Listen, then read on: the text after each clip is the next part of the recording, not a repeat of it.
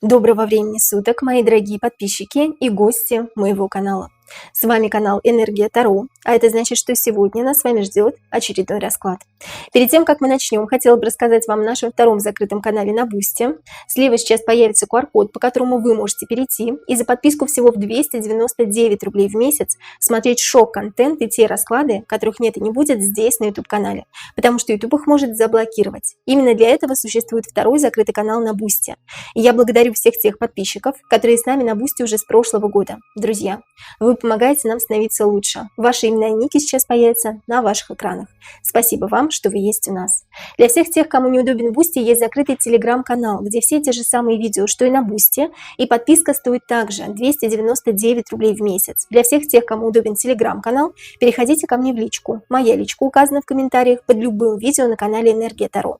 Туда же в личку вы можете написать по вопросам личной консультации, расклада, обряда, а также по вопросам обучения на картах Таро. У меня есть индивидуальное обучение на картах Таро, на тех картах и оракулах, которые вам больше интересны и больше нравятся. И есть 3 готовых курса. Это курс классической колоды Райдер-Уэйта, не только для новичков, но и для профессиональных тарологов, потому как там мы изучаем не только теорию, практику, но и кабалу, друзья. За всеми подробностями обращайтесь в личку. И также 2 курса одного и того же автора, Патрика Валенса. Это курс «Безумной Луны» и курс «Триумф Луны». Переходите, пожалуйста, по ссылке и спрашивайте, задавайте личные вопросы, я вам все подробно расскажу. Ну а сегодня у нас с вами колода Здислава Бексинского. Здравствуйте, карты. И поговорим мы с вами сегодня на нашумевшую тему. Конечно же, ставьте лайк, мне будет очень приятно. Если вам действительно понравилось видео, друзья мои, ставьте лайк, жмите на колокольчик, чтобы всегда быть в курсе событий на канале Энергия Таро. Ну, мы тоже будем сегодня с вами разбирать обложку журнала The Economist 2025 года. Все, кому не лень, ее уже разобрали. Мы сегодня пройдемся по самым интересным теориям, которые есть в интернете. Какие-то теории есть у меня лично. Узнаем, действительно ли журнал является так называемым пророческим, что произойдет в мире в следующем году, если опираться именно на зашифрованные картинки на обложке The Economist 2025 года.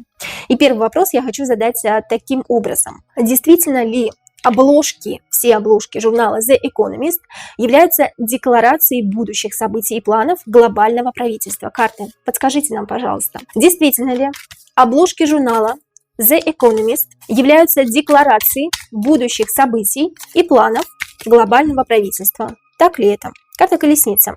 Так-то оно так, но колесница не едет, если вы ее не ведете. Понимаете, в чем дело?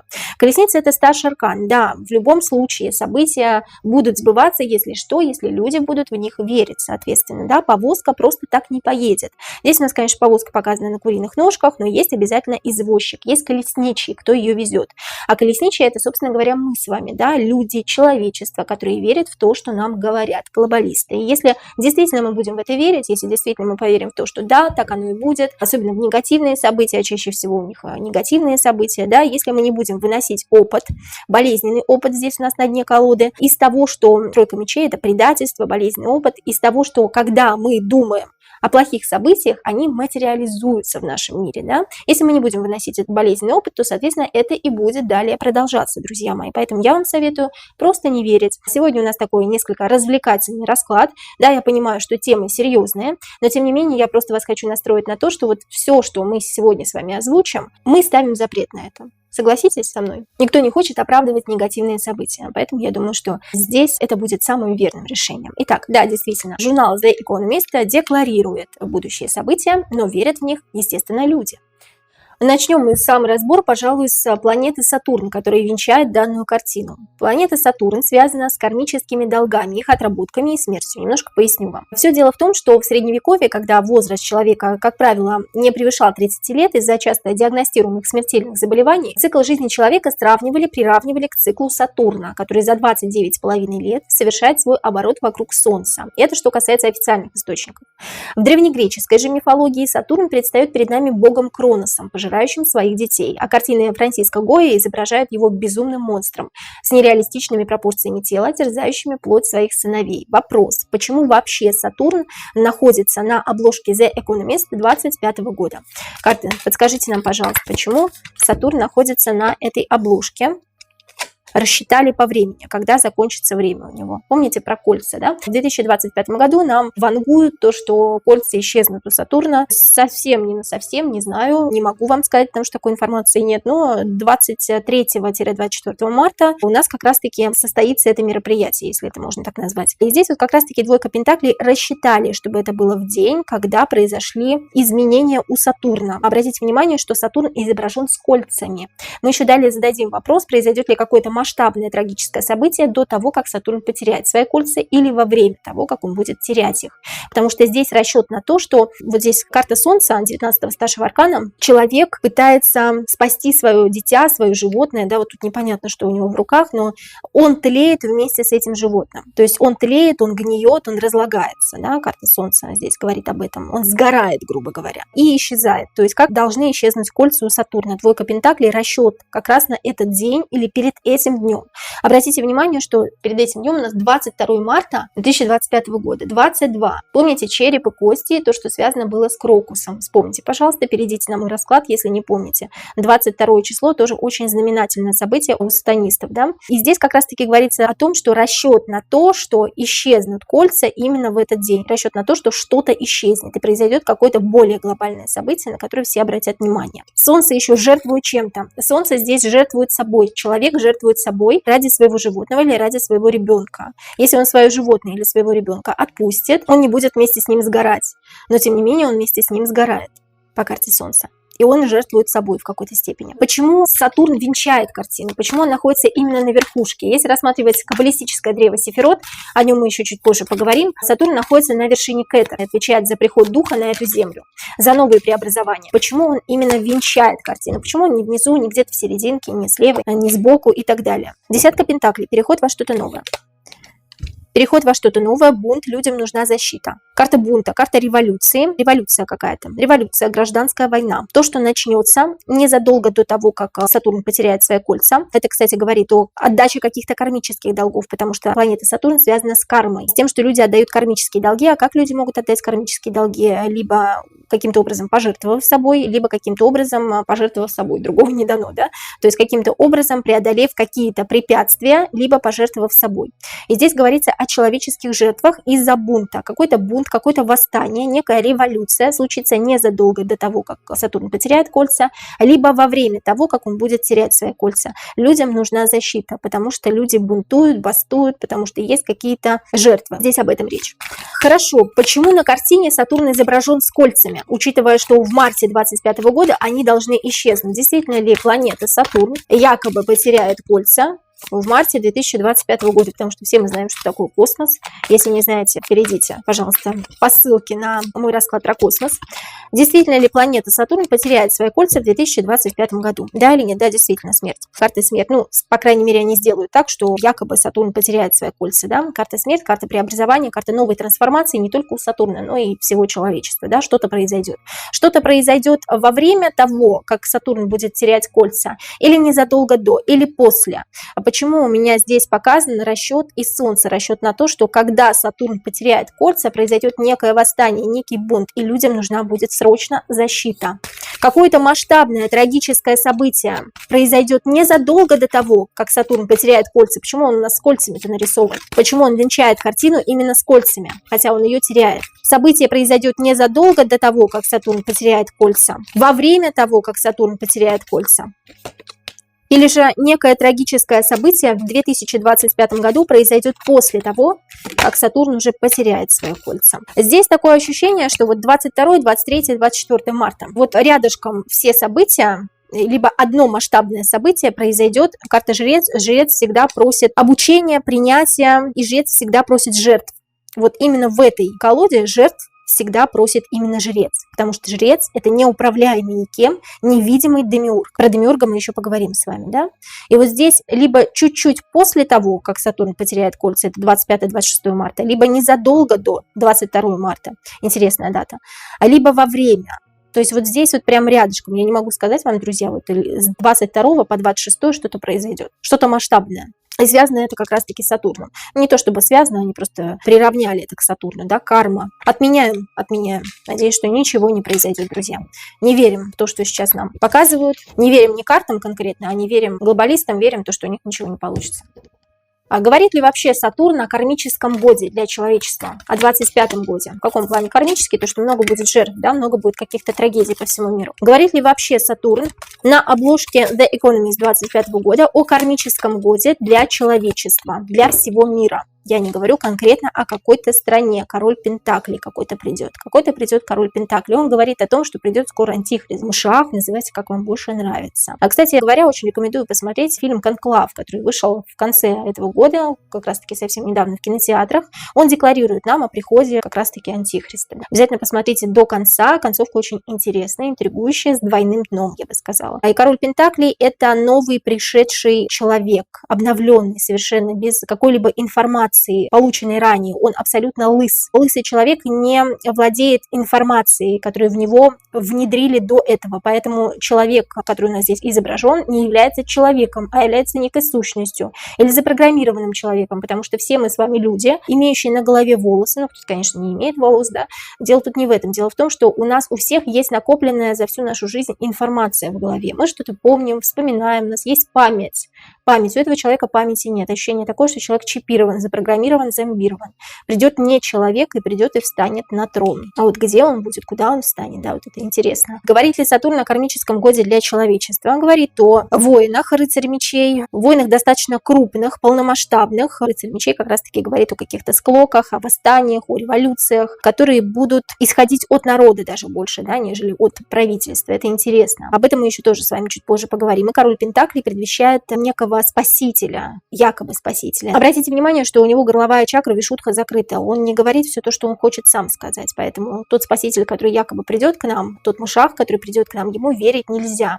Хотя он очень многим понравится изначально. Здесь горловая чакра вишудха закрыта, потому что он не может сказать свое слово. Он не может ставить свое слово.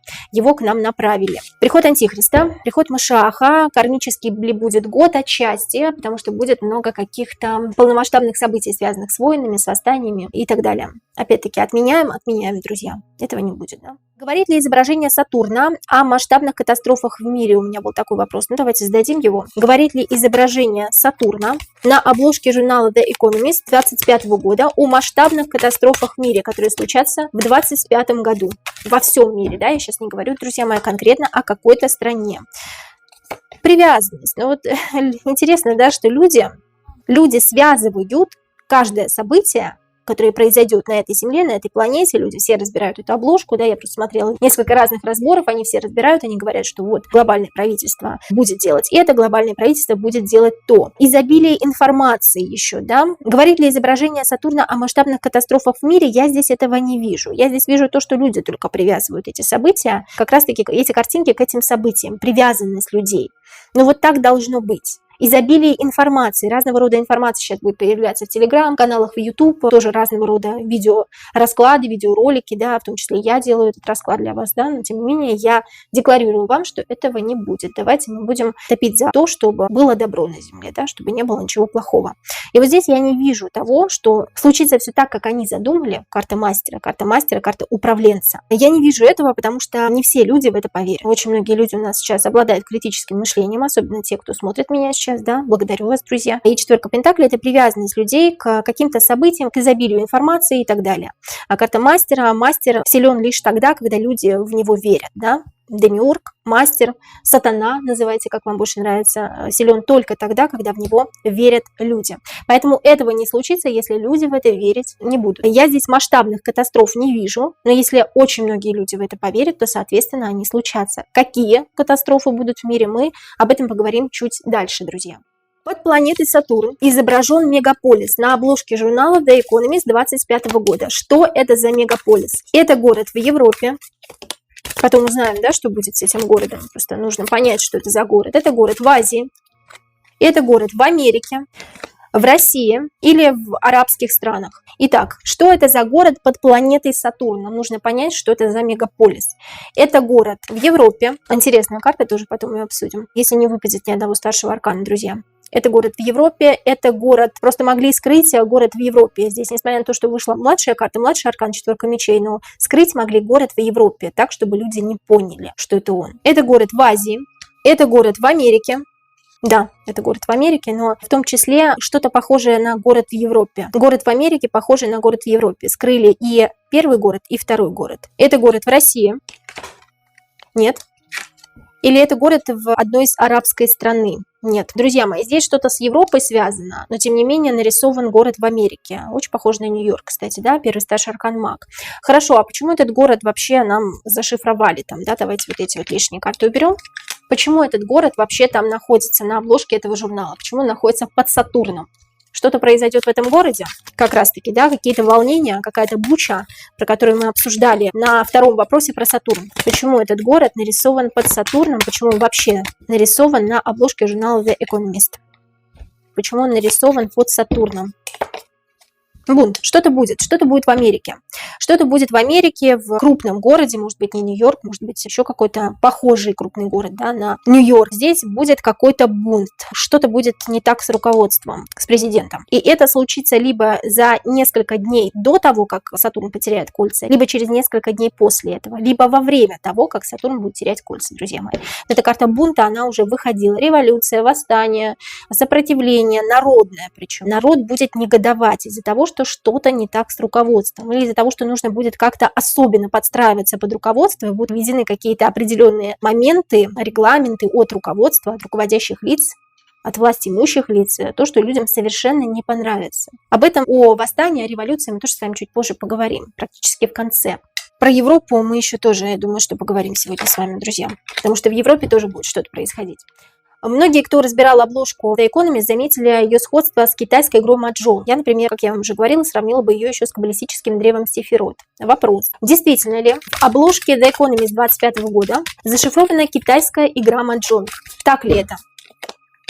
И действительно ли данная обложка напоминает не только нам, но и глобалистам древо Сефирот? Именно поэтому оно там зашифровано. Действительно ли зашифровано там древо Сефирот в том числе? Древо Сефирот там точно зашифровано в этой обложке. Что касается китайской игры Маджонг, троечка кубков. Троечка кубков. Здесь знаете, о чем говорит тройка кубков и рыцарь мечей? Идеально для того, чтобы людей запутать. Вот идеально. Идеально, чтобы внести какие-то волнения. Щедрость. И нужно было, да, действительно, и Маджонг, но в большей степени почему-то даже Сефирот. Древо Сефирот больше подходит, чем игра Маджонг. Но Маджонг в том числе. Почему? Потому что вот эта объемная картинка могла быть создана только с помощью какой-то объемной игры. Объемная игра с фишечками Маджонг. Когда каждую фишечку убираешь, под этой фишечкой есть еще фишечка. Щедрость. Должно было быть много кубиков. Много кубиков для того, чтобы запутать и создать волнение. Это идеальная картина именно игры Маджонг. Вот именно для этого они ее взяли. Но взяли ли они ее еще для чего-нибудь, да? То есть и игра Маджонг, и древо Сефирот там зашифрованы в этой обложке. Мы это уже поняли. Хорошо, правильно ли мы понимаем, карты, скажите нам, пожалуйста, правильно ли мы понимаем, что главные события в мире в 2025 году будут связаны с Китаем? Так ли это? Или просто игру Маджонг взяли, потому что так удобно? Правильно ли мы понимаем, правильно ли я понимаю, что главные события в мире в 2025 году будут связаны с Китаем? Нет, будет много стран. Будет много разных стран. И будут все на виду, все на слуху. Это будет и Китай, это будет и Америка, вполне возможно, да, и Китай здесь не главным образом будет задействован. Будут говорить о нескольких странах. Хорошо, все-таки древо Сефирот больше подходит, да, нежели китайская игра Маджонг. Ее взяли специально, потому что так удобнее. Удобнее расставить вот эти фишечки и сделать картину объемной. Почему некоторые лидеры на обложке журнала The Economist 25 года изображены и размещены в черной рамке? Что обозначает эта черная рамка для тех лидеров, которых туда разместили, туда поместили? Что обозначает эта черная рамка?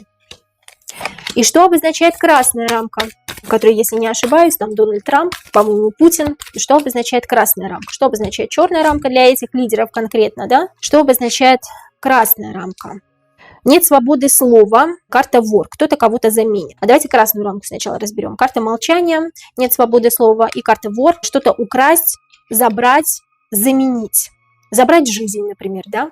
Почему? Потому что человек здесь молчит, не может больше говорить. Вполне возможно, вполне возможно. То есть красная рамка может обозначать тех людей, которых не будет в следующем году. Или заберут у них жизнь, или заберут свободу слова, или будут какие-то протесты в этих странах, да, где изображены эти лидеры, что их больше не будут слушать. Забрать свободу слова, забрать жизнь, забрать территории какие-то у этих лидеров. И черная рамка, что обозначает? Карта умеренности, карта спокойствия, карта медицины, еще карта умеренности может быть, да, что-то не так со здоровьем. Что-то не так со здоровьем, что-то заканчивается, карта умеренности, карта спокойствия, карта обучения, подстраивания под кого-то, придется под кого-то подстраиваться тем лидерам, которые обозначены в черных рамках. Единичка мечей.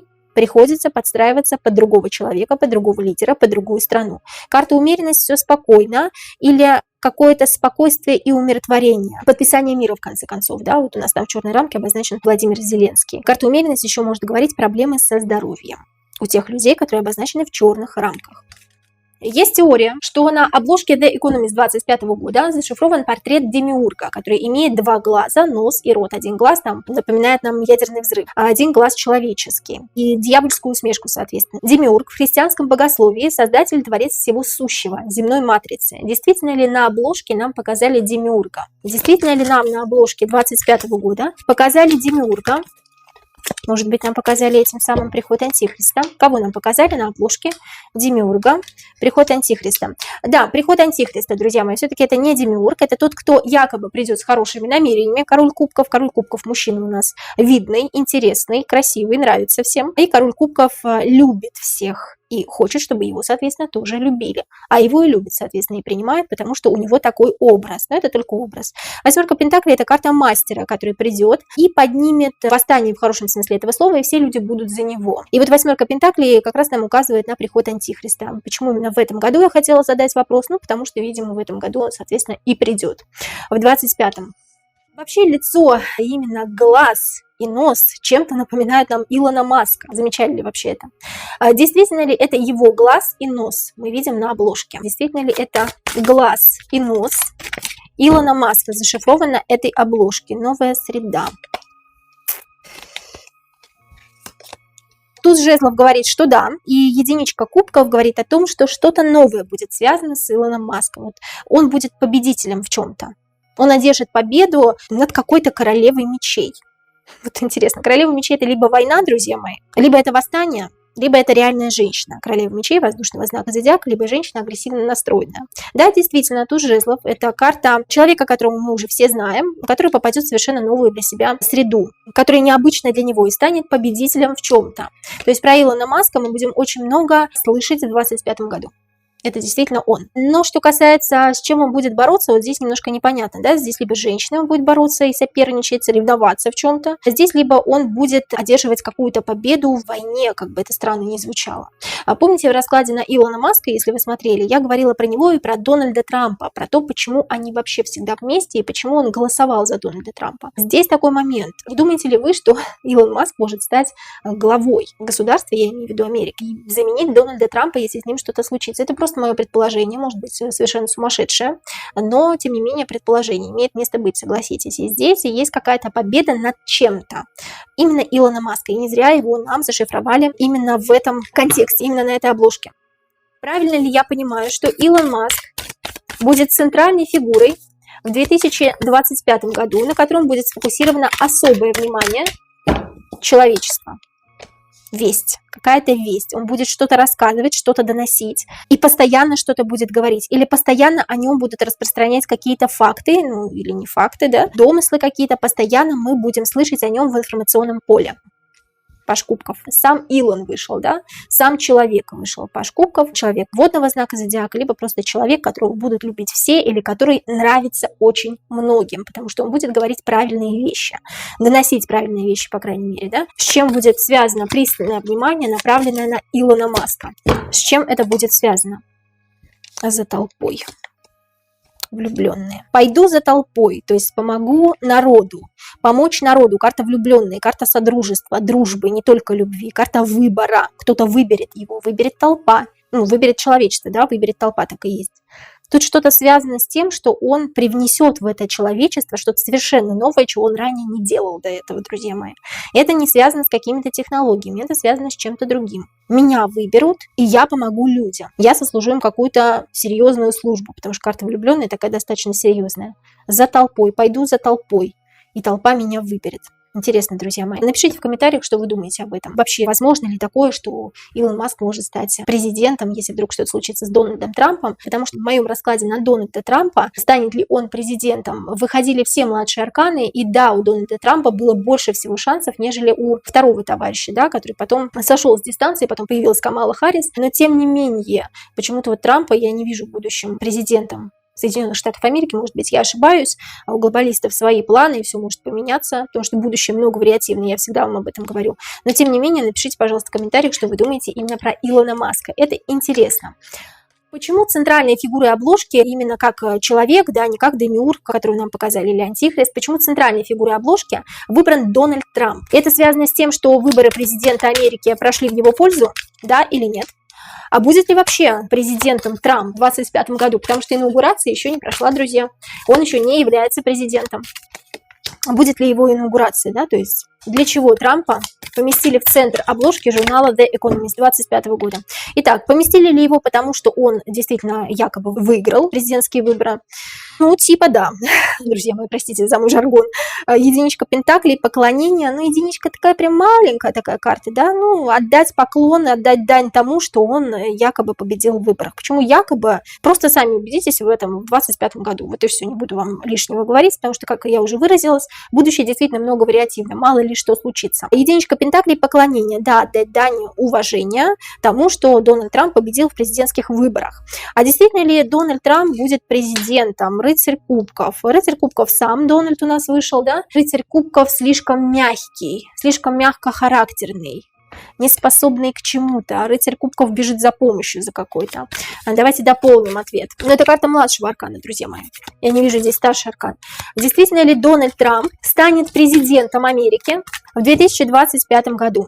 Нулевой старший аркан шут. Нулевой старший аркан шут может говорить «да», но нулевой старший аркан шут может говорить еще обновление, обнуление жизни человека. Рыцарь кубков бежит куда-то за помощью, что-то происходит с человеком. Нулевой старший аркан шут может говорить о том, что могут посягать на него, на его жизнь. Карта расчет, на это и расчет. То есть здесь что-то нечисто, друзья мои, с президентскими выборами, я вам серьезно говорю. Ну, посмотрим, доживем, увидим, как говорится, да, инаугурация все-таки скоро, если не ошибаюсь, в январе. Хорошо, для чего Трампа поместили в центр обложки? Что нам хотят этим сказать? Скрытность, что скрыли? Понятное дело, что что-то скрыли. Рассказывайте, друзья мои, что нам скрыли. А скрыли я даже знаю, что, друзья мои, мы сейчас об этом поговорим. Дональд Трамп не похож сам на себя, обратите внимание, что у него совершенно другое лицо, будто он болеет чем-то. Но на самом деле его соединили с другим, менее важным, менее интересным президентом Америки, который был 40-м президентом. Я сейчас об этом расскажу. Кстати, нулевой старший аркан шут может говорить о каких-то волнениях, связанных с этим президентом, о нововведениях, которые введет этот президент, которые совершенно не понравятся народу, и которые захотят его сместить, то есть убрать. Вот об этом еще могут сказать нам карты. И поэтому карты изначально в его раскладе не видели его президентом Соединенных Штатов Америки. Итак, что-то скрыли в Трампе, скрыли чье-то лицо. Так для чего его поместили в центр обложки? Что нам хотят этим сказать? Королева мечей, какие-то волнения в городе, в стране будут связаны с Трампом. И идут они именно от Трампа, именно от президента. Введение новой политики, новых законов, которые люди не воспримут, не то чтобы всерьез, воспримут прям очень серьезно, я бы сказала, да, и восстанут против нового правителя, если это можно так сказать. Здесь вот такой момент, почему его нам показали, потому что с его фигурой будет связано какое-то серьезное волнение в Соединенных Штатах Америки. Такой вопрос, друзья. Почему Дональд Трамп на рисунке не похож на себя? Как лично по мне, он похож на Рональда Рейгана, 40-го по счету президента Соединенных Штатов Америки. Я вам об этом недавно говорила, да? 40-й президент. Будто соединили лицо Трампа, посмотрите внимательно, и более вытянутое и резкое Рейгана. Еще интересная игра слов Дональд-Рональд. Вопрос, действительно ли на обложке журнала The Economist 25 года соединили два портрета Дональда Трампа и Рональда Рейгана? Так ли это? Да, действительно, правда.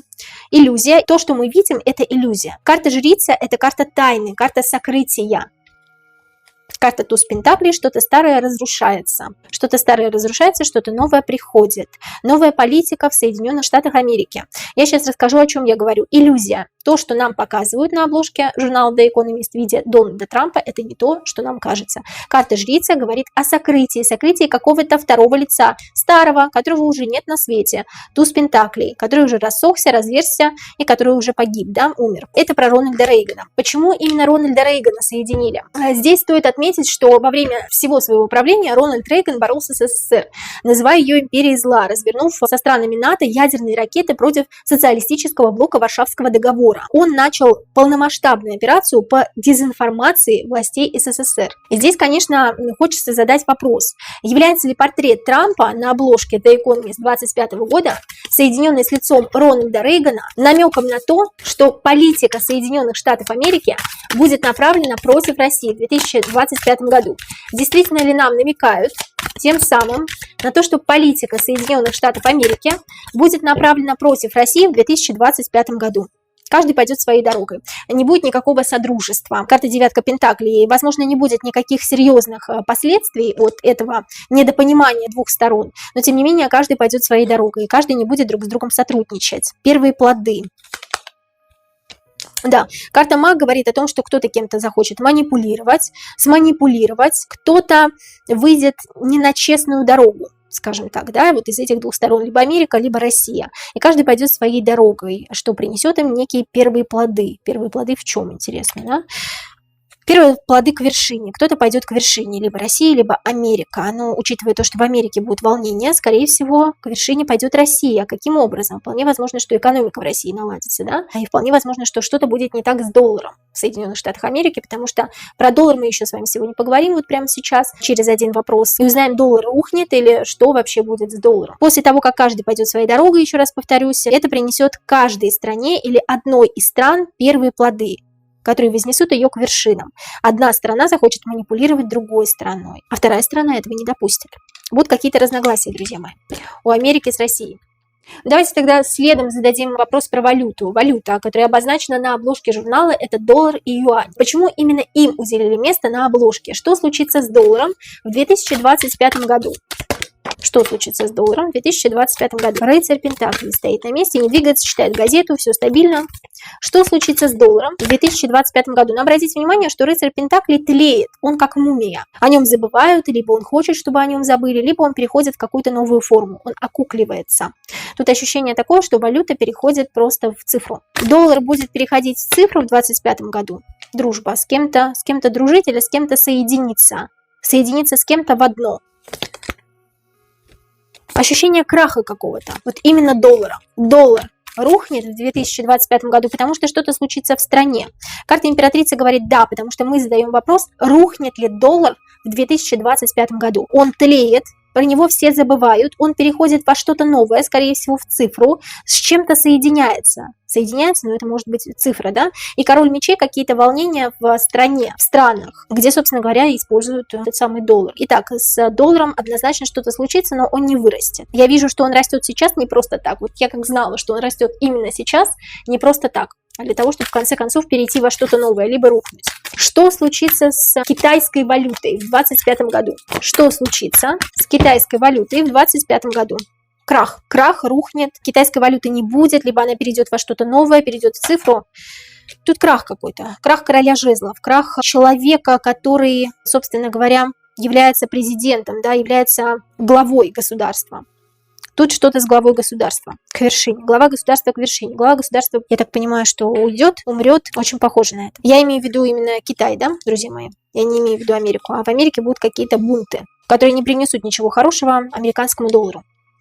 Друзья мои, давайте следующий вопрос. С чем связано изображение микросхем на обложке журнала The Economist 25 года? С чем связано изображение микросхем на обложке журнала The Economist 25 года? Эти три карты вытянем. И с чем связана кирпичная кладка? Кстати, о кирпичной кладке. Здесь может проигрываться два значения. То, что мы с вами, как человечество, заперты в этой матрице, и отсюда нет выхода. И то, что масоны таким образом проявляют себя через обложку журнала. Так как кирпичная кладка напрямую связана с масонством, где само слово масон со старофранцузского обозначает каменщик. Вопрос. С чем именно связана кирпичная кладка на обложке журнала The Economist 25 года? С тем, что мы заперты в этом мире? Так масоны проявляют себя или с чем-то другим?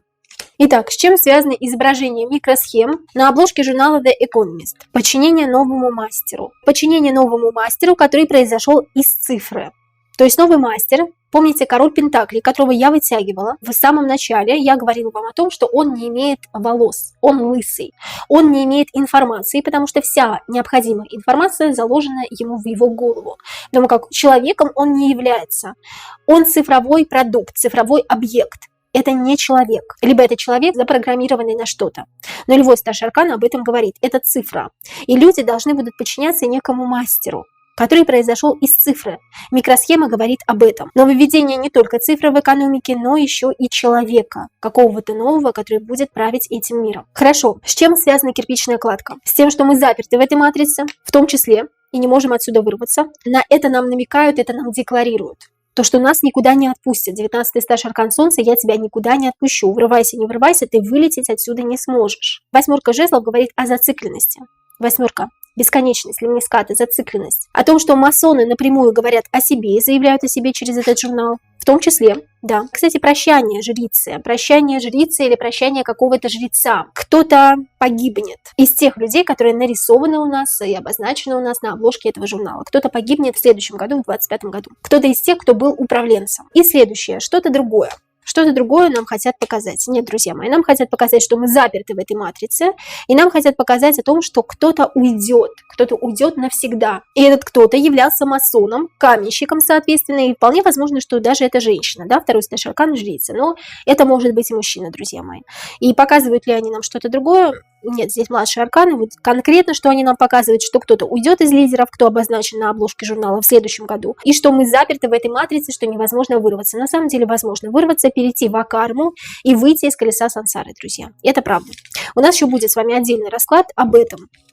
Есть ли в планах глобального правительства применение ядерного оружия в 2025 году? Да или нет? Да. Получится ли у них? Почему я спрашиваю, получится ли? Потому что, во-первых, планировать не значит действовать, а во-вторых, много раз на обложках разных лет глобалисты уже печатали свои повестки по поводу ядерного взрыва. И без успеха, как видите. Получится ли у глобалистов применение ядерного оружия в 2025 году? Нет? Не получится. Единичка мечей, обучение. Мы только обучаемся, мы только учимся. Здесь, конечно, по-другому немножко звучит, да. Мы не знаем, как это сделать правильно. Мы не знаем, как это сделать правильно, чтобы не разрушить самих себя. Потому что они тоже могут попасть под замес, друзья мои. Карта обучения. Мы пока только учимся, как это сделать хорошо для себя. Ну, то есть для них, да. Получится ли у них? Карта жрицы, опять карта жрицы, да. Карта жрицы еще здесь может обозначать тайну. Для нас пока секрет, мы пока не понимаем, как это лучше сделать. И я надеюсь, и вы, я думаю, что тоже надеетесь, что этого не случится в 2025 году. Особое центральное место на обложке занимает также ракета. Она делит это место с Дональдом Трампом. Как мне видится, летит она на тот самый город, который находится под Сатурном. Мы уже выяснили, что это город в Америке. Так ли это? Действительно ли ракета на обложке журнала The Economist 25 года летит на мегаполис, который нарисован под Сатурном? Задумкой было действительно это? Десятка пентаклей, преобразование какое-то. Преобразование и ностальгия. Вспомнить о былых временах. Мировое событие, вспомнить о былых временах, как запуск ракеты какой-то. Я не вижу, что здесь на город прилетит какая-то ракета. Я вижу, что здесь что-то с запуском ракет, запуском двигателя, запуском ракет. То, что было раньше. Давайте еще вытянем несколько карт. Что декларирует ракета на обложке журнала Economist 25 года? Что она нам декларирует? О чем она нам говорит? Содружество. Объединение старого и нового мира. Интересно. К вершине. Как запуск, да, как запуск ракеты к вершине. Запуск ракеты в мир, в космос, к вершине. Как было раньше. На испытания на какие-то, да, на ракете.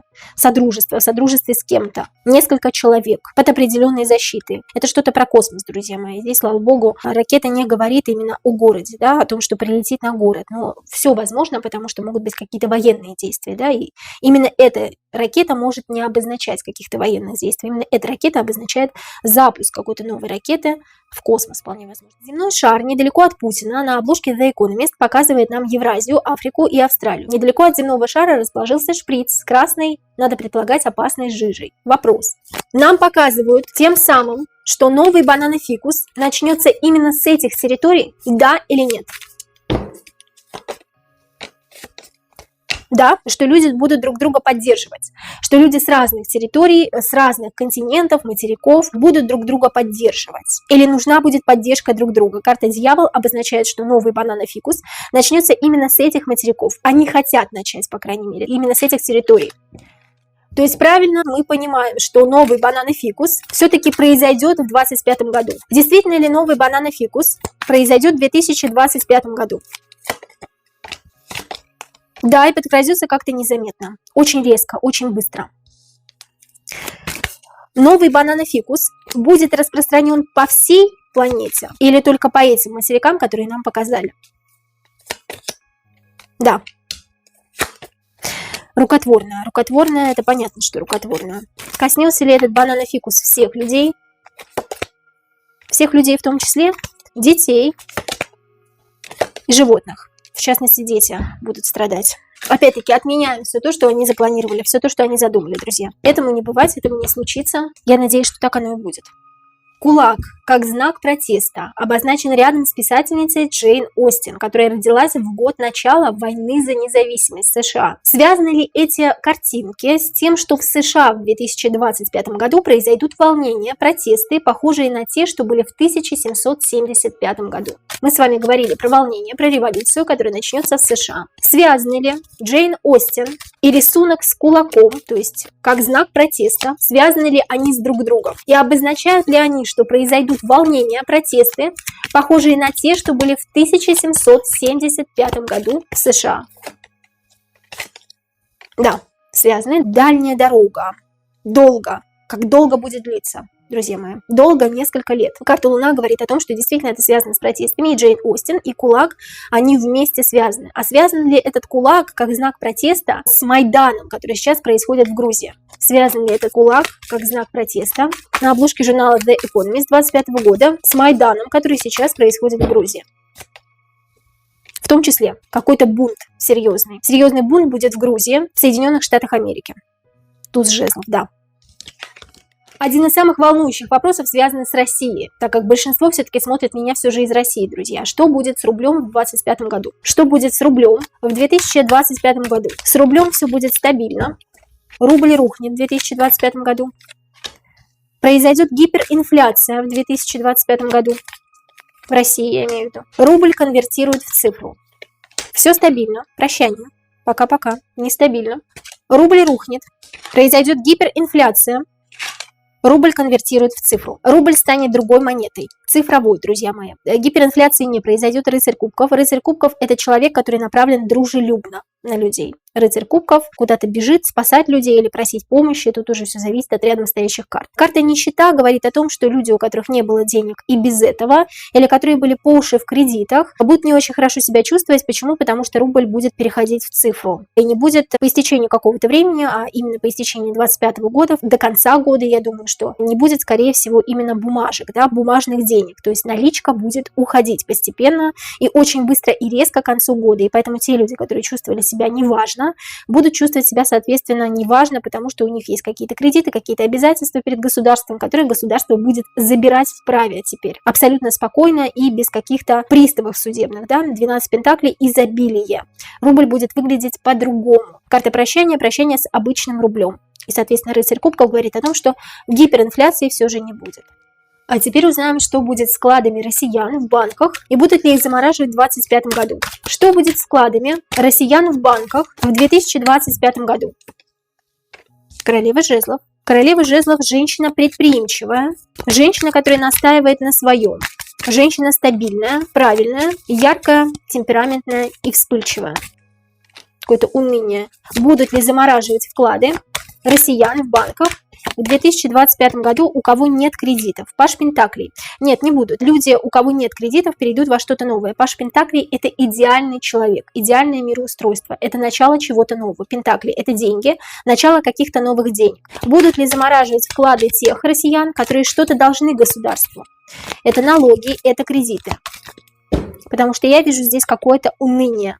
Да, будут бояться именно те, у кого есть какие-то кредиты, у кого есть какие-то долги по налогам, ожидание чего-то нехорошего. Те люди, кто боятся, те опять-таки притягивают к себе, да, этот негатив. Карта ожидания в страхе, уныние. Королева жезлов – карта действия. Кто-то будет действовать против тех людей, кто должен кредиты, кто должен государству по налогам. То есть кто не платит налоги, друзья мои. Те, кто платит налоги, те, кто живет без долгов, у кого нет долгов по кредитам, те просто перейдут в новые деньги, в новую цифру. Что на обложке декларируют песочные часы, которые только начинают свой отчет? Это явно что-то новое, да, друзья? Что они нам декларируют? Это сила нового управленца, которого будет слушать толпа. Но толпа его здесь не слушает, здесь череп и кости. А почему? Потому что толпа не имеет своего мнения. И здесь карта силы говорит о новом управителе, о новом укладе. Вполне возможно о том, что выбирать больше не будут президентов. То есть здесь нет выбора, здесь нет людей. Больше не будет выборов. Что-то новое, начало чего-то нового. Что на обложке журнала The Economist 2025 года декларируют песочные часы, которые только начинают свой отчет. Подлость, какое-то предательство. Предательство со стороны государственной власти, которое придет просто так, потому что ее не выбирали. У нас выборов и так нет, да, как таковых, друзья мои. А здесь выборов вообще не будет. Здесь будет какое-то общее собрание, по которому они как раз-таки примут общее решение, я имею в виду государственных деятелей, властимущих людей, где они примут общее решение, что править такой-то или иной страной должен именно конкретный вот такой вот человек. Нас об этом спрашивать не будут. В целом нас и так не спрашивают. Карта влюбленные, карта содружества, карта каких-то решений. Решений, подписания каких-то договоров еще может быть. И карта выбора. Влюбленные, карта выбора. Соответственно, выборов не будет. Вот об этом нам говорят песочные часы. Больше не будет выборов. А, кстати говоря, расколотая урна для выборов может также обозначать это, друзья. И закончится ли война России и Украины? Да, один из самых главных вопросов, когда наконец закончится война России и Украины. Как-то в своем видео я уже говорила, что в 2025 году все сойдет на нет, где-то к весне, если не ошибаюсь. Закончится ли война России и Украины в 2025 году? Идиллия. Да, должна закончиться. Тройка кубков – это перемирие. Перемирие – это договор, который не всем пусть и подходит, но тем не менее мирный договор подписан будет. Да. Друзья мои, война России и Украины в 2025 году должна закончиться. А какое главное событие зашифровано на обложке журнала The Economist 2025 года? Последний вопрос, друзья. Какое главное событие зашифровало нам глобальное правительство на обложке журнала The Economist 2025 года? Отшельник. Человек, который придет из ниоткуда. Человек, умудренный опытом. 9-й старший аркан, посвященный в 33-ю ступень масонства. Либо просто посвященный человек. Скрытный. Его пока никто не видит. Мы его пока не видим, мы его пока не знаем. Или не видели вообще, что это за человек. Он придет из ниоткуда. Обратите внимание, что здесь волк или какой-то зверь. Зверь в образе человека. То есть это не человек, я вам говорила об этом уже, да, антихрист. Какое главное событие зашифровано на обложке журнала The Economist 2025 года? Тот, кто придет к вершине. Антихрист, который придет к вершине благодаря выбору людей. Люди подумают, что они его сами выбрали, сами избрали. Но на самом деле его никто не избирал, он просто сам пришел, потому что так нужно. Потому что так нужно глобалистам, друзья мои. Итог чего-то, да? Десятка мечей, переход во что-то новое. Итог здесь обозначен не как смерти, хотя вполне возможно смерти тоже будут. Без них я думаю, что никак, да? Но я думаю, что все-таки мы будем декларировать с вами за то, чтобы не было новых войн, да? Вот это самое главное. Десятка мечей – это переход во что-то новое благодаря структурам, правоохранительным органам, благодаря спецслужбам. Мечи – это спецслужбы, это структуры. Итог – это переход в новый мир, в новое измерение, друзья мои. Совершенно все будет по-новому, совершенно все будет не так, как было прежде, в 2024 году.